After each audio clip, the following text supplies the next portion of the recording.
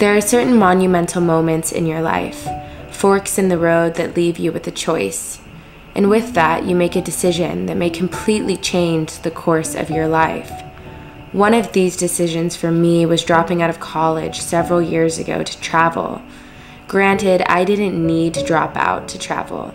I could have followed the societal norm, get a corporate job, travel on vacations, save money for retirement, and then travel full-time once I was old. But I didn't want to do that. I never really felt inspired by school. I never felt excited by the idea of a 9-to-5 job. And I always had this fantasy of making money off my artwork and traveling while I was young.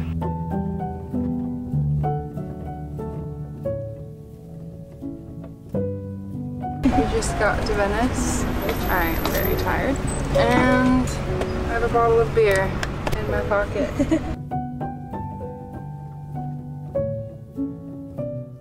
So we just got to Venice. We have like a 5-hour layover before our next train to Rome. We dropped off our luggage at a baggage drop.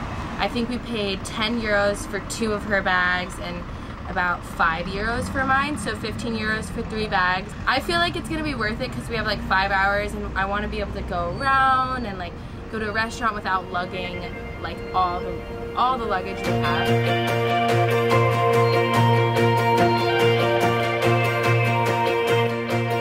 During sophomore year of college, I finally grew the courage to drop out. I saved up and built out a camper van and have been traveling for years since then, making money off my art. But traveling abroad, and specifically going to Italy, has always been a big dream of mine. I've been fascinated with the culture and language for as long as I can remember, and when I was about 12 years old, I even drew a picture of the Colosseum. We are waiting for our train station. We have an extra beer, so we are drinking it. Cheers, mate. Now, 12 years later, I finally made my way to Rome alongside my girlfriend, Tori. Every day here felt like I was living in my own fantasy, my self-actualized dream.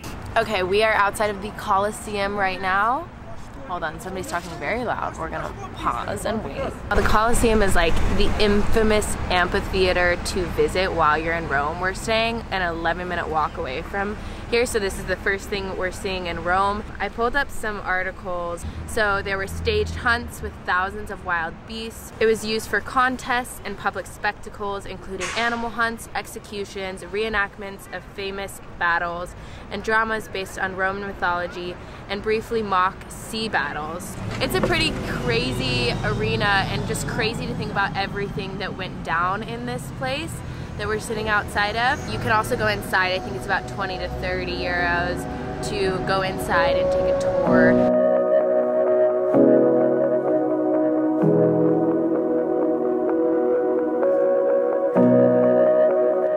It's starting to rain, so we got our ponchos out. It's a trash bag, not a poncho. Basically. Do a rain dance. We put these ponchos on because it started raining and now it stopped and we just look silly. Look at this rip. I also actually ripped it in a very crucial spot. Like if it does start raining, then it's just coming all right in. Right by the Colosseum is the Roman Forum and Palatine Hill ruins. The beautiful stonework of the ruins really felt like a portal in time. According to Roman mythology, it was in the Palatine Hill that Rome was born, which was confirmed over 2 millennia later when archaeologists found remains of Rome's oldest stones at the hill.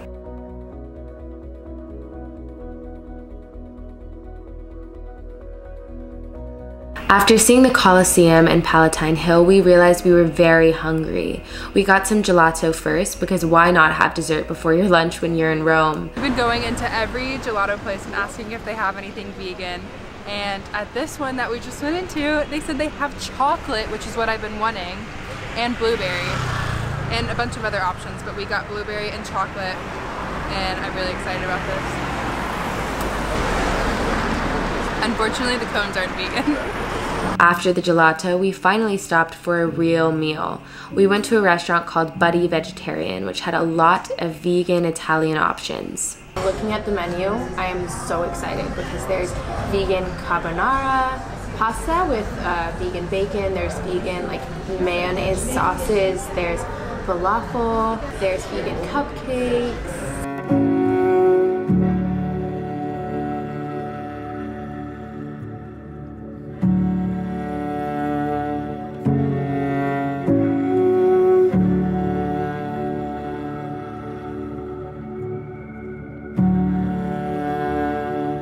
As night came upon the city, we decided we wanted to walk around more. There was still so much to see. We started with Fontana dei Quattro Fiumi, the amazing fountain of the 4 rivers. These fountains were grand and magnificent, and it's located in one of the most beautiful squares in Rome called the Piazza Novana. What are you looking at? I'm trying to find a cool postcard. I'm getting these. I like yours.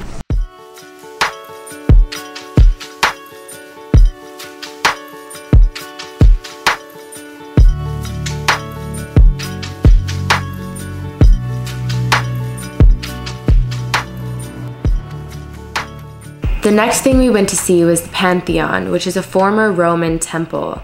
The building is cylindrical with an oculus to the sky. Almost 2,000 years after it was built, the Pantheon's dome is still the world's largest unreinforced concrete dome. It just completely baffles me how these impressive structures were built so long ago, and still nothing compares. We finished our night by visiting the most famous fountain in Rome, the Trevi Fountain. We bought a bottle of wine for €8 and drank it by the fountain, people watching together and trying to guess all of the tourist stories. It was a really fun night. You know who I remind myself of right now? Who? Your hair doesn't look crazy. Anne Hathaway in that one movie. Where she robs she's a money? Oh. What movie? Oh, Princess Diaries? Yes, Princess Diaries. I'm her before she gets a makeover. Last night, we went to the Trevi Fountain. We drank wine by the Trevi Fountain. We actually got a little drunk, but it was so nice. We were like people watching. So many tourists come to the Trevi Fountain, so it was so fun. We were just like sitting there drinking our bottle of wine, like, what do you think? What's their story? What do you think their story is? Anyways, as we were sitting there, these dudes kept coming up to us, and they were trying to get tourists to pay for Polaroids. €6 for one Polaroid, which is kind of expensive, I thought. We kind of like negotiated with him and talked with him and ended up getting 2 pictures for €6. It's so bad. It's so bad. And it's not like us that looks bad. It's like the framing of like how they shot it. Like you don't even see the Trevi Fountain in the background. The whole purpose is we could actually just be standing by a fucking sewer. Yeah. You would not know. You would not know. Like, it does not look... It's just like us. It actually just looks like... It's hilarious.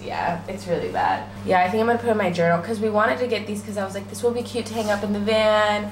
And I'm like, I'm probably not going to hang this up in the van. However, I'll put it in my journal. Anyways, today I think we are going to a museum. What is it called? Borghese? Borghese, yeah. Borghese, I think, museum. It has a bunch of sculptures. This is our last day here. We have been loving Rome. Like, yesterday we had so much fun. The way I would describe it is it's a big city, like an outdoor museum. That's what it feels like. You're walking around the city and it's like, oh, the Pantheon's there, the Trevi Fountain's there, the Colosseum's there. Oh, you read the history about the Colosseum or the Pantheon and it feels so historical. Everything's pretty close together. It's nice to just like walk around the streets. We got vegan food, like, yeah, I'm enjoying this city thoroughly.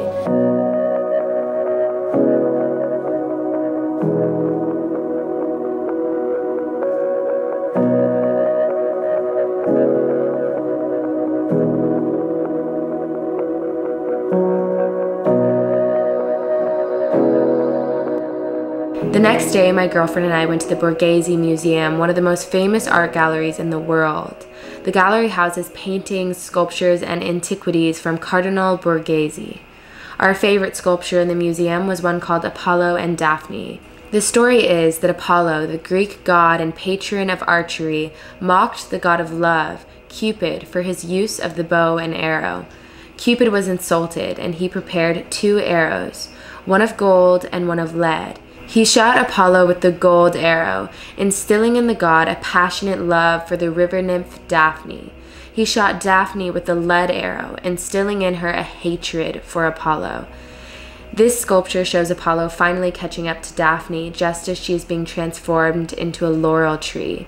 The sculpture is so dynamic and detailed and truly a piece of art from whichever angle you view it.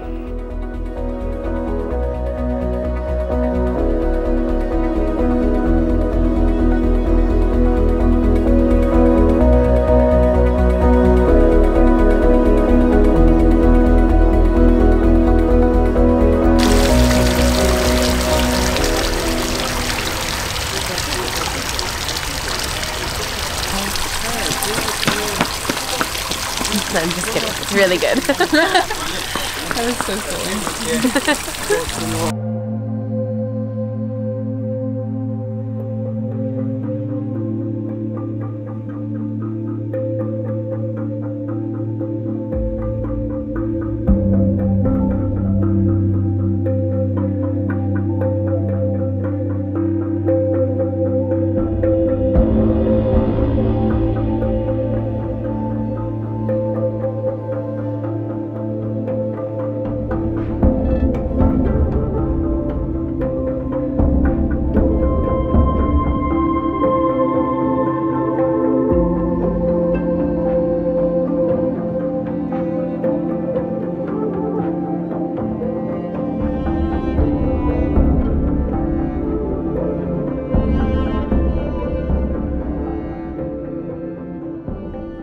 During our last night in Rome, I decided to go get tattoos of Michelangelo's creation of Adam on my arm.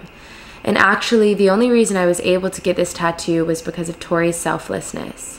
When we got to the shop, the artist said they only have room for one person to get tattooed, and she insisted that it be me. But I think that this just means we'll have to come back here to Rome so that she can finally get the tattoo she wanted. As our trip came to a close, I reflected on the life decisions that brought me to this moment in Italy.